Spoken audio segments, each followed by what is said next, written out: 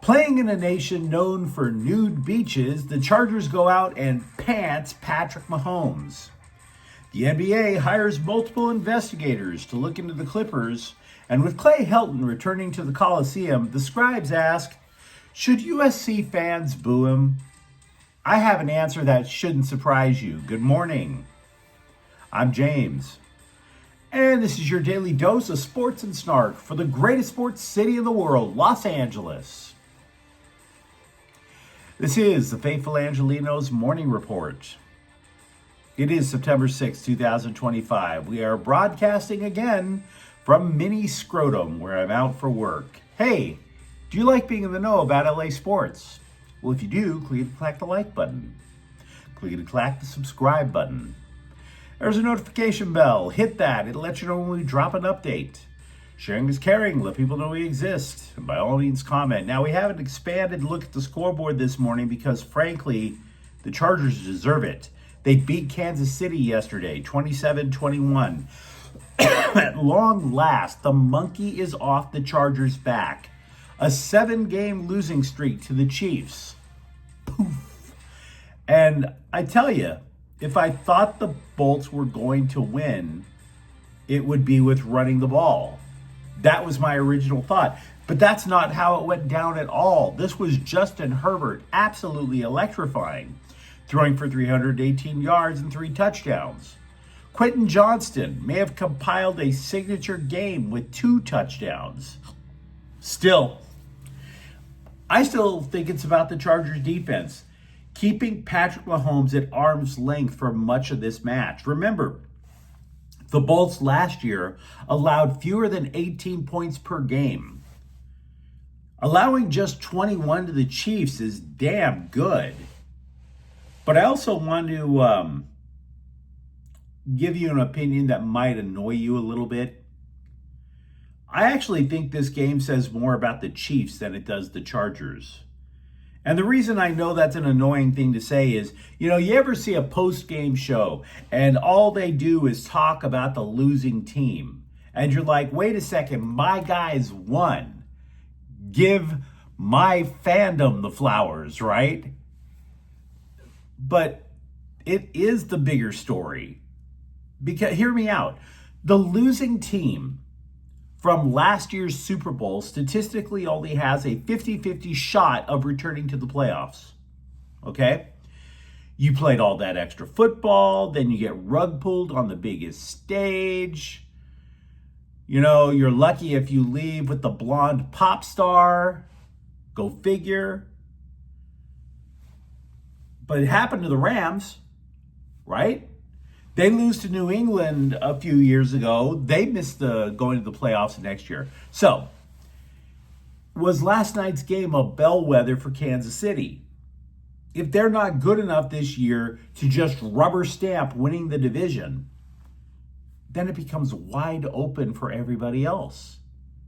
And of course, that includes the Chargers. So don't get me wrong.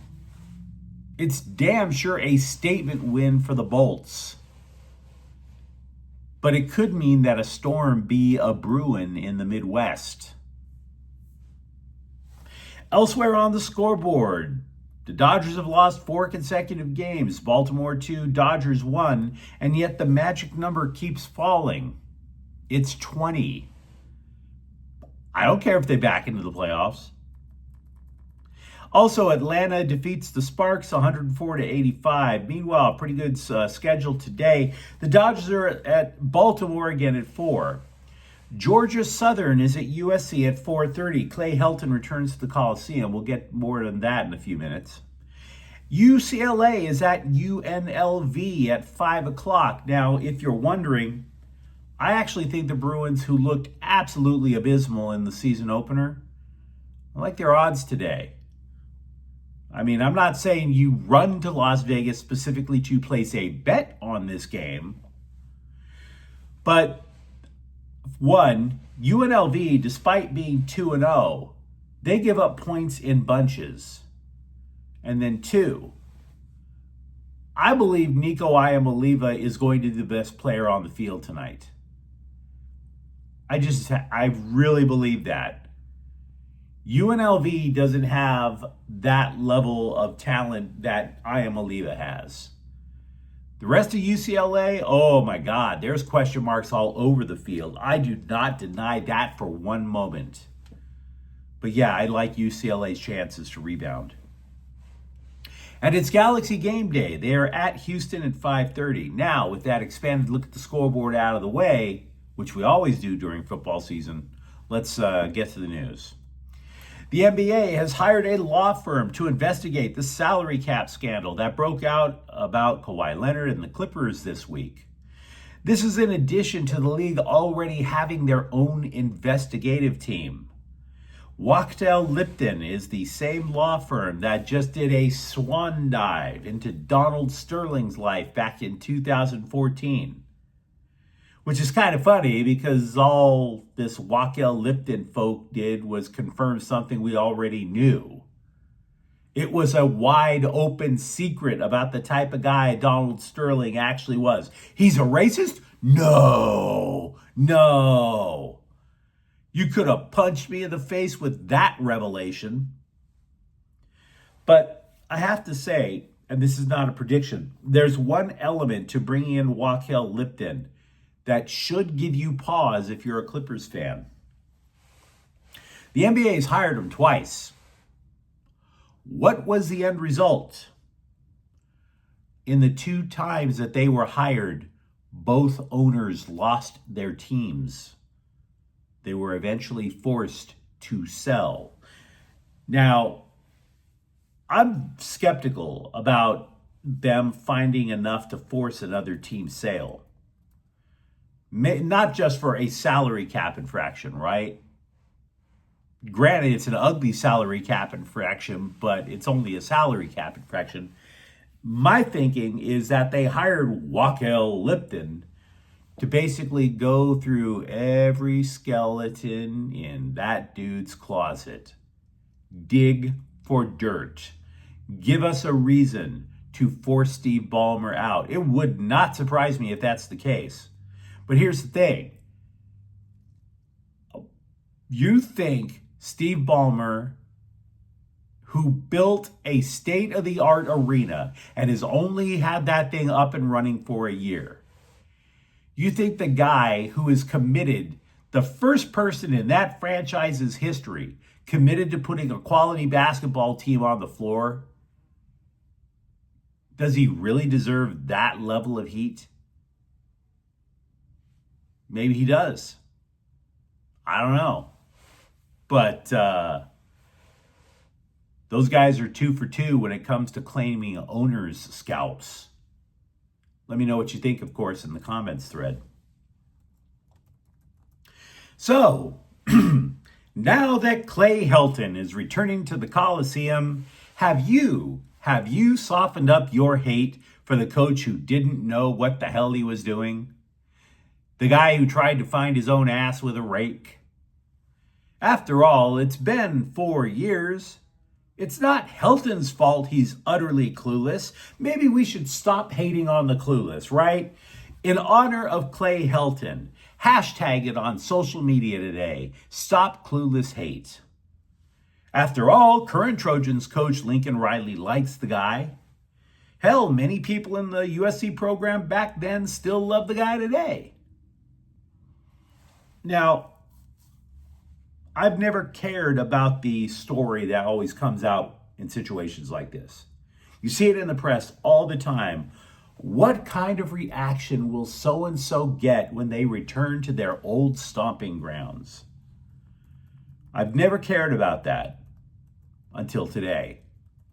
I am seriously curious because if it matters, and I think in this case it should, I would boo Clay Helton until my vocal cords snap. I would boo Clay Helton even if I got a text message from my doctor saying, dude, if you keep this up, you're going to get throat cancer. I would do it with every fiber of my being. Oh, what makes it wrong to boo Clay Helton? Why? Right? All I can say, the best things you can say about Clay Helton's tenure is that it was a mistake to hire him because he simply wasn't ready. Hell, I'm not even sure he's ready to coach Georgia Southern. Has anybody been keeping tabs on that program?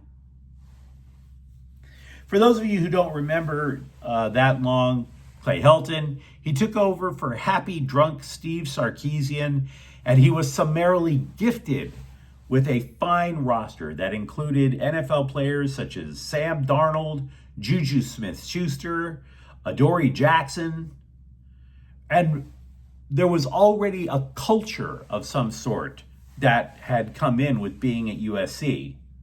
But when those guys graduated out, that culture was gone. And I've talked about this here before because what was left was Helton brought in people, and he was such a nice guy. There was never any accountability, so the inmates ran the asylum. Bunch of high school kids come in, absolutely no leadership. They just filled that leadership void. Leadership hates a vacuum. If there is a vacuum of leadership, bad things happen. So, and I've talked about this before, my crowning Clay Helton moment, I went to a USC season opener against Fresno State with Helton and his merry band of nincompoop assistants. The opening kickoff for the season, the very opening kickoff, the Trojans get flagged for having two dudes on the field with the same uniform number. You had all summer to figure out who was going to take part in the coverage team, and you couldn't even notice the jersey numbers. That was also the game where they had an elite quarterback prospect, JT Daniels. Remember him? Had his knee blasted out like Krypton in a Superman movie. Last I heard, Daniels is an assistant manager at a Buc-ee's. I will never forget that game. Oh, sure, they won. But it is an extremely humbling experience when your team wins and you leave the stadium with your boys and you all look at each other because you've realized the ugly truth. Dude, we effing suck. It's that money where you feel like you took your entire life savings and lit it on fire. That was the gut punch watching USC football was with Clay Helton. When Pete Carroll left Heritage Hall for the NFL, USC football went on this lengthy, slow decline. It's kind of like watching an episode of Intervention, right?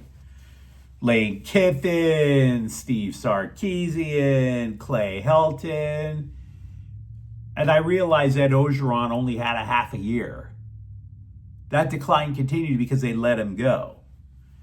Handing Clay Helton the keys to the gig was like looking at the guy holding the stop sign at a construction site and putting him in charge of Caltrans. You know this isn't going to work.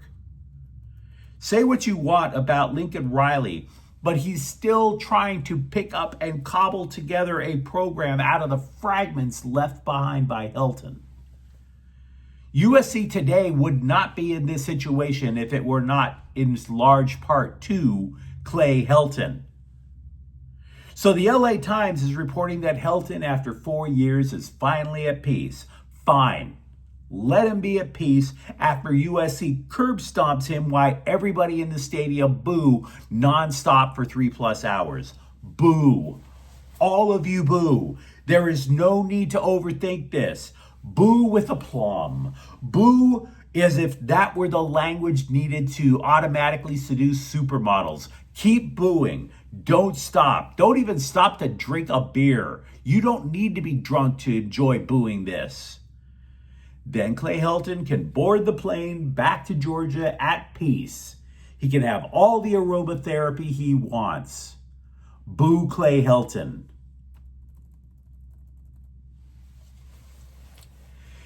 We were told after Will Smith injured his hand by getting chipped with a foul ball that this was going to be Dalton Rushing's big chance. Oh, it was his big chance, all right.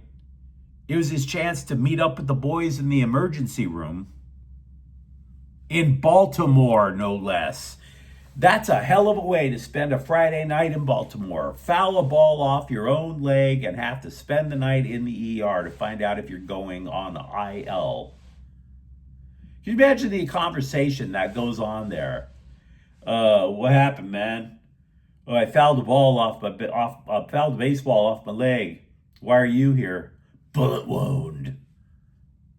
Overdose. No love in a city like that, man. Rushing needed a CT scan today. We don't know the extent yet.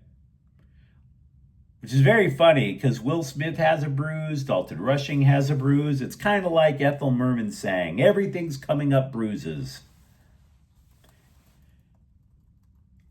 Giselle Thompson has been assured of her place in NWSL history as the other one because she signed an extension with Angel City FC after her sister Alyssa blew out of town to join a team that actually wins over in England. Now, we're told Giselle, the 19-year-old, she is being paid big bucks, whatever that means, over at the NWSL, to stay under Angel City control through 2029, which is fine. If you have a fetish for losing, that's fine. I mean, we have to come to terms to this. Angel City is committed to losing. And they were shameless, absolutely shameless in their praise for the defender, as if this were the sister that they wanted to keep all along. Not the one who actually, is your all-time franchise leading scorer. Nope. No. This is one of the quotes from the Angel City people. Quote, "She is already one of the most exciting players in the world." Really? Then how come I never heard of her? How come I never heard of her? I would have never heard of Giselle Thompson if it wasn't for, wait for it, her sister. The one who left. So, Angel City FC doing Angel City FC things. But you let me know what you think in the comments thread. Talk to me, for example, if you're a Chargers fan, how ecstatic are you the day after getting that win in Brazil? Are you worried about what the NBA might find out about Clipper ownership? And what are you going to be doing about Clay Helton? And if you enjoyed this update, don't forget to subscribe to Faithful Angelenos. We're talking LA sports every single day here. Thank you for watching. I'm James, and we'll be back tomorrow. Faithful Angelenos is a Kian Corte El Queso production. Take care.